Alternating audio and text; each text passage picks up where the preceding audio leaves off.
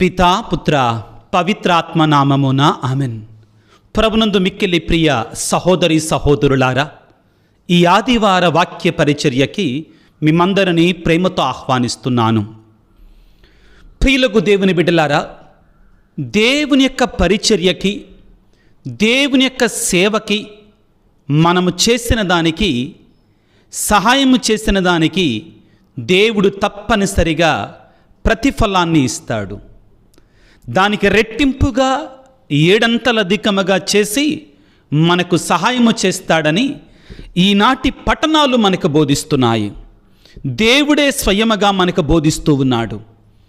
ప్రియులారా, నేను కొన్ని వారాల క్రితం ఏలూరు మేత్రాసనంలో ఉన్నటువంటి గోదావరి నిత్య సహాయ మేరీమాత పుణ్యక్షేత్రాన్ని సందర్శించుకోవటానికి వెళ్ళాను. అక్కడ ఉన్నటువంటి ఆ ష్రైన్ రెక్టర్ ఫాదర్ గారిని కలిసినప్పుడు ఆయన నాకు ఒక విషయాన్ని చెప్పాడు.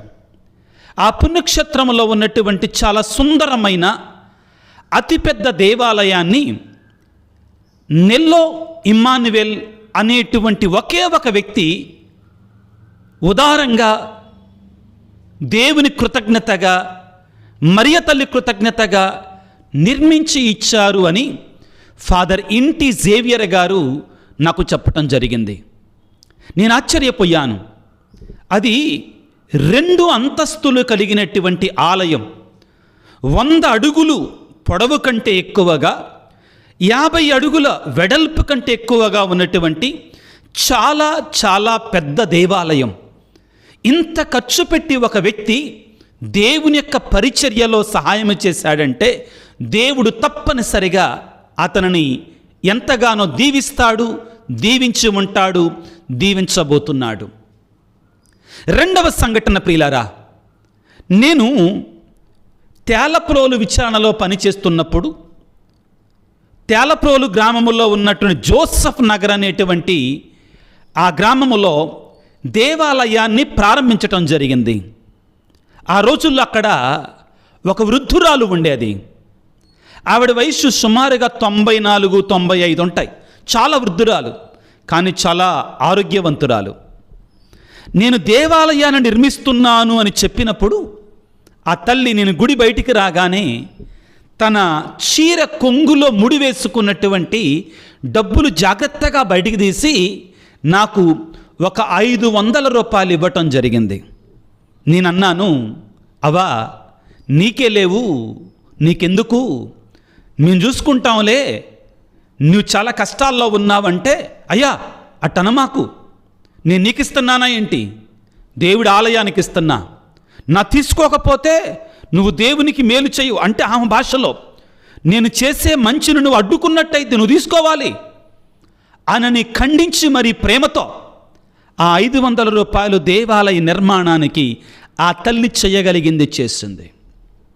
ప్రియులారా, ఈనాడు ఈ వాక్యానికి సిద్ధపడుతుండగా నాకెందుకో దైవ ప్రేరణగా ఈ 2 సంఘటనలు నా జ్ఞాపకం వచ్చాయి. ఈ మధ్య కాలంలో నేను ఏలూరు మేత్రాసనం గోదావరి మేరీమాత పుణ్యక్షేత్రానికి వెళ్ళినప్పుడు ఫాదర్ గారు చెప్పినట్టు ఆ సంఘటన చాలా పెద్ద దేవాలయం, చాలా సుందరమైన దేవాలయం. అదేవిధంగా నేను తేలప్రోల్లో దేవుని కృపను నిర్మిస్తున్నట్టు ఆ ఆలయానికి ఈ పేద విధవరాలు ఇచ్చినటువంటి ఆ 500 రూపాయలు తప్పనిసరిగా ముమ్మాటికి మనందరము కూడా ఆ సుందరమైన ఆలయాన్ని కట్టిపెట్టినటువంటి నెల్లో ఇమ్మాన్యుయేల్ గారి కోసం ప్రార్థన చేయాలి, అభినందించాలి. అది ఒక గొప్ప సహాయం. అయితే మనం గుర్తుంచుకోవాల్సింది ఏంటంటే, ఈ పేద విధవరాలు ఇచ్చిన 500 రూపాయలు కూడా దేవుని దృష్టిలో ఎటువంటి విధంగా కూడా తక్కువైనటువంటివి కావు. దేవుని పరిచర్యకి ఇది కూడా ఎంతో ముఖ్యమైనటువంటిది, ఎంతో పవిత్రమైనటువంటిది, దేవుడు అంగీకారం చేసుకునేటువంటి గొప్ప కానుక ఆ పరిచర్యకి. ప్రియులరా, దేవుని యొక్క ఆలయాన్ని నిర్మించటానికి ప్రభునందు ప్రియులకు దేవుని బిడ్డలారా, ఈనాడు మన ధ్యానాంశం షూనేము యువతి ఆతిథ్యము, ప్రవక్త ఏలియా ఆశీర్వాదము. హెబ్రీ పత్రికలో ఒక మాట ఉంటుంది ప్రియులారా. ఏమంటాడంటే పత్రికాకారుడు, భక్తులు వాళ్ళకి తెలియకుండానే ఆతిథ్యాన్ని ఇవ్వడం ద్వారా దేవుని దూతలకే వాళ్ళు ఆతిథ్యాన్ని ఇచ్చి దేవుని యొక్క ఆశీర్వాదాలు పొందుకున్నారు. సహాయం చేయటం ద్వారా వాళ్ళకి తెలియకుండానే స్వయంగా దేవుని దూతలకే వాళ్ళు ఆతిథ్యాన్నిచ్చి దేవుని యొక్క ఆశీర్వాదాలు పొందుకున్నారు. ఈనాడు ప్రియులారా, నేను చెప్పిన విధముగా ఎలీషా జీవితంలో షూనేము స్త్రీ చేసినటువంటి సహాయము, ఆ సహాయానికి బదులుగా దేవుడు ఆ తల్లిని ఎంతగా దీవించాడు. ఆ తల్లి చేసినటువంటి ఆ చిన్న సహాయానికి ఆ తల్లి యొక్క నామం, పేరు బైబిల్ గ్రంథంలో సువర్ణాక్షరాలతో రాయబడి ఉంది. ఈనాటికి కూడా మనం ఆ తల్లి గురించి చెప్పుకుంటున్నాం. వాక్యాన్ని చదువుకుంటే రాజుల 2వ గ్రంథము 4వ అధ్యాయం 8వ వచనము. ఒకనాడు ఎలీషా షూనేము నగరమునకు వెళ్ళగా అచ్చట వసించు ఒక సంపన్నురాలు అతనికి భోజనము చెయ్యమని నిర్బంధించను. ప్రవక్త ఎలీషా షూనేము అనే పట్టణానికి వెళ్ళాడు. ఆ ధనవంతురాలు మా దగ్గర భోజనం చేయండి అని బ్రతిమిలాడుకుంది. అప్పటి నుండి ఎలీషా ఆ దిశగా పయనించినప్పుడల్లా ఆమె ఇంట అన్నము తినేవాడు. ఆమె తన పెనిమిటితో,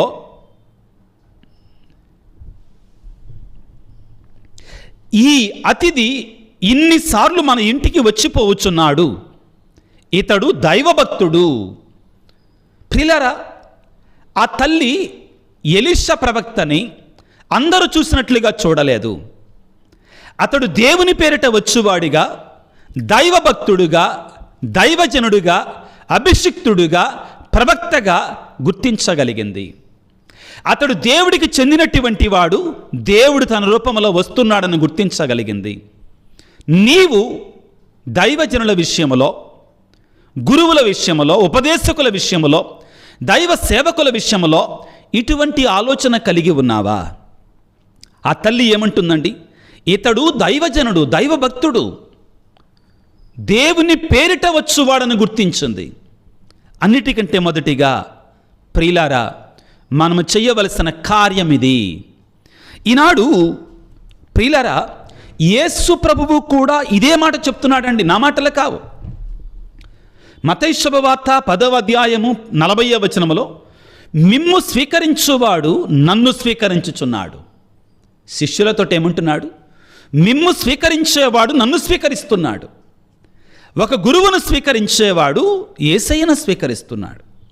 నన్ను స్వీకరించేవాడు నన్ను పంపిన వాళ్ళని స్వీకరిస్తున్నాడు. ప్రవక్తను ప్రవక్తగా గుర్తించి స్వీకరించేవాడు ప్రవక్త బహుమానమును పొందుతాడు. ఒక అభిషిక్తునిగా నీవు గుర్తించగలిగితే అభిషిక్తుని యొక్క బహుమానాన్ని పొందుతావు. చాలామంది అలాగా లేరిగంటే వదిలేయి. నీ పరిస్థితి ఏ విధంగా ఉంది? ఒక గురువు దగ్గరికి వెళ్ళినప్పుడు నువ్వు ఒక అడ్మినిస్ట్రేటర్ను చూడమాకు. ఒక గురువు దగ్గరికి వచ్చినప్పుడు ఒక రికమెండేషన్ లెటర్ ఇచ్చేటువంటి వ్యక్తిగా చూడమాకు. ఒక గురువు దగ్గరికి వెళ్ళినప్పుడు ఇతను నా బంధువు అని చూడమాకు. ఒక గురువు దగ్గరికి వెళ్ళినప్పుడు నీవు నా మావాడు, మా కులపవాడు, మా వర్గపువాడు అని చూసావనుకో, నీవు ఎట్టి పరిస్థితుల్లో కూడా గురువు దగ్గర నుంచి పొందుకోవలసిన దేవుని యొక్క ఆశీర్వాదాలకి అడ్డుకట్ట వేస్తున్నావు, అడ్డుగోడ వేస్తున్నావు. షూనేము స్త్రీ మనకు నేర్పించే మొట్టమొదటి సందేశం ఏమిటి అంటే, ఇతడు దైవభక్తుడు, దైవజనుడు, దేవుని పేరిట వచ్చువాడు. ప్రవక్తని దేవుని పేరిట వచ్చువాడిగా, దేవుని మనిషిగా చూసింది. అన్నిటికంటే ముఖ్యంగా నీవు నేను ఎలాగా చూస్తున్నాం? మా అమ్మ, నేను చాలాసార్లు చెప్పా, ఒకవేళ విచారణలో ఏదన్నా కానీ కొంచెం మనస్పర్ధలు ఏదైనా వచ్చినప్పుడు ఎవరైనా ఫాదర్ గారి గురించి ఒక మాట అట్టంటే మా అమ్మ ఊరుకునేది కాదు అస్సలు. ఒకవేళ వాళ్ళు ఏదన్నా కానీ రెట్టిస్తే ఆ దేవుడు చూసుకుంటాడా, నీకెందుకో, నువ్వు ప్రార్థన చేయి స్వాముల కోసం. మా అమ్మ అనడం నేను చాలాసార్లు చూశాను.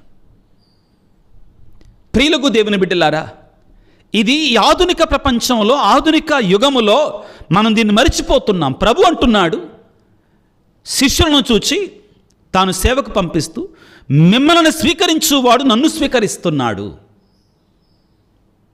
గురువును స్వీకరించినప్పుడు దైవ ప్రతినిధిగా నువ్వు స్వీకరించగలిగినప్పుడు ఆ దేవుని యొక్క ఆశీర్వాదాలను పొందుతావు. ఇది ప్రభువు మాట ప్రియులారా, దేవుని యొక్క వాగ్దానం ప్రియులకు దేవుని బిడ్డలారా, దేవుని యొక్క మాట, దేవుని యొక్క ఆన. మిమ్మల్ని స్వీకరించువాడు నన్ను స్వీకరిస్తున్నాడు. ప్రవక్తను ప్రవక్తగా, అభిషిక్తునిగా మాత్రమే చూడగలిగినటువంటి వాడు దేవుని యొక్క అభిషేకాన్ని, ఆశీర్వాదాలు పొందుకుంటాడు. మొట్టమొదటిగా మనం నేర్చుకోవాల్సిన సందేశం, షూనేమి స్త్రీ నుండి ఆమె ప్రవక్తని ఒక దైవ ప్రతినిధిగా, దేవుని మనిషిగా, దైవ భక్తునిగా గుర్తించగలిగింది. రెండవది ప్రియులారా, ఆమె తన భర్తతో ఈ అతిథి, ఈ దైవజనుడు ఇన్నిసార్లు మన ఇంటికి వచ్చిపోవచ్చున్నాడు కదా, ఇతడు దైవభక్తుడు, మన ఇంటి మీద ఒక గది కట్టించి దానిలో పడక, కుర్చీ, బల్ల, దీపము అమర్చుదము. అతడు మన ఇంటికి వచ్చినప్పుడు ఆ గదిలో విశ్రమించును అని చెప్పాను. ప్రియులారా, ఒక యాజకునికి, ఒక పరిచర్యకి, ఒక సేవకి, ఒక అవసరానికి తగినటువంటి సహాయాన్ని మనము చేసినప్పుడు అది ఉపయోగపడుతుంది. ఒక ఆలయాన్ని కడుతున్నప్పుడు మనం సహాయం చేయటంలో తప్పు లేదు, చెయ్యాలి. ఒక గురువు ఏదన్నా మంచి కార్యాన్ని తలపెట్టినప్పుడు మన వంతు కృషిగా మనం చెయ్యాలి. ఒక బోధకుడు, ఒక పరిచారకుడు, ఒక సేవకుడు ఏదైనా మంచి కార్యాన్ని చేపట్టినప్పుడు, మనము చేయగలిగినటువంటి మంచిని మనం చేసినప్పుడు దాని యొక్క ప్రతిఫలాన్ని మనం పొందుతాం. ఈ షూనేము స్త్రీ ఏం చేసిందండి? ఆ ప్రవక్తకు ఏదైతే అవసరం ఉన్నదో దానిని చేసింది. పెద్ద చర్చేం కట్లా, పెద్ద బంగ్లానేం కట్లా. ఆ రోజుల్లో ఇళ్ళు పెద్దగా ఉండవండి.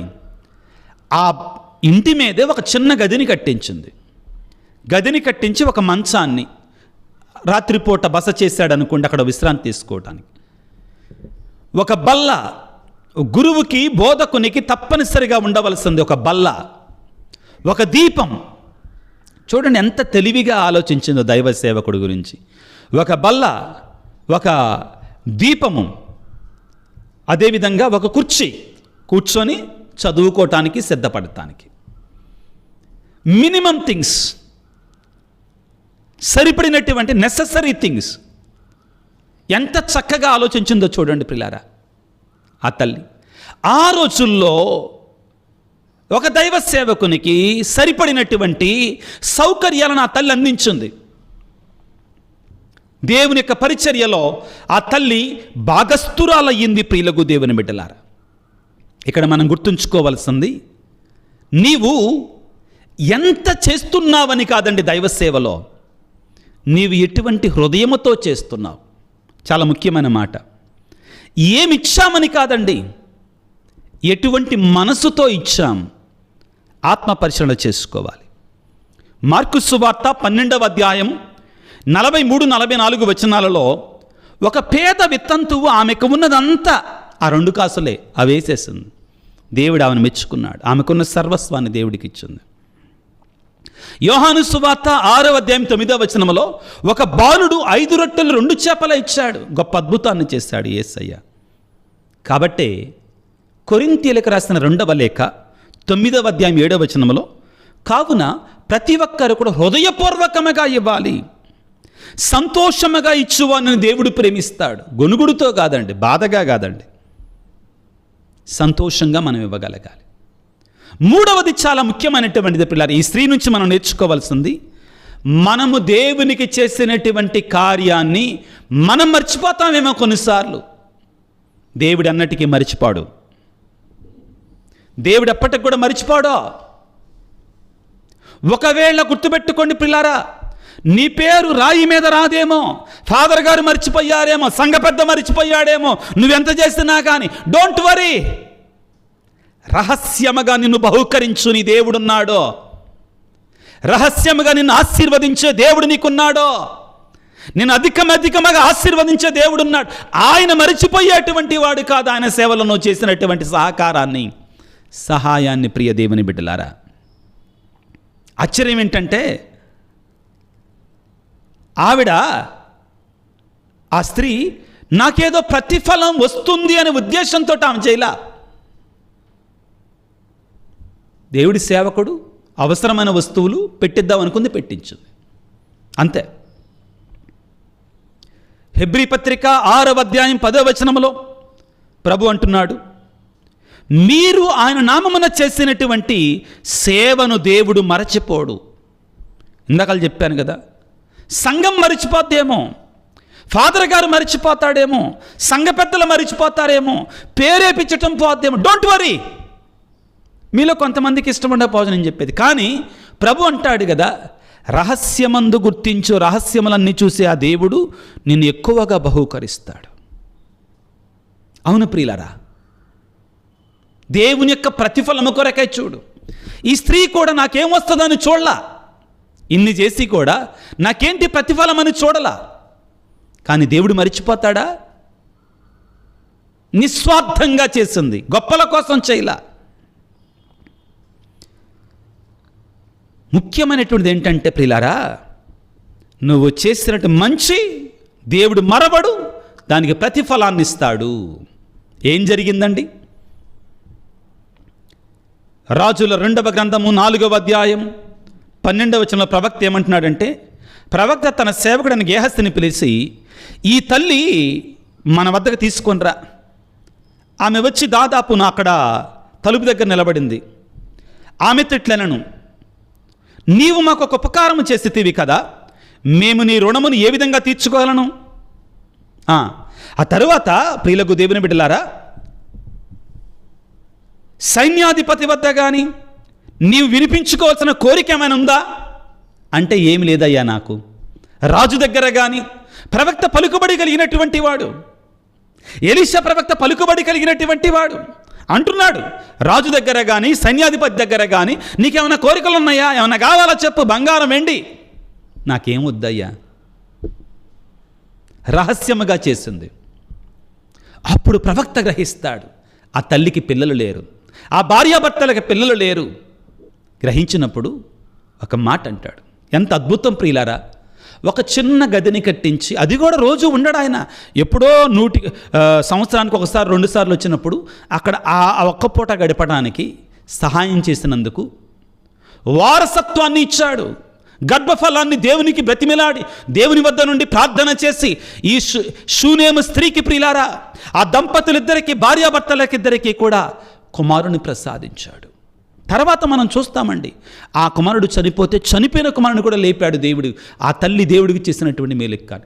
ఇదంతా ఎందుకు జరిగిందంటే ప్రియులారా, దేవుని యొక్క ప్రణాళిక, ఆ తల్లి యొక్క మంచితనం అనేటువంటి, ఆ తల్లి యొక్క సహాయ గుణం అనే, తల్లి యొక్క సేవలో పాలు పంచుకోవటం అనేటువంటిది మనందరం గుర్తించాలని.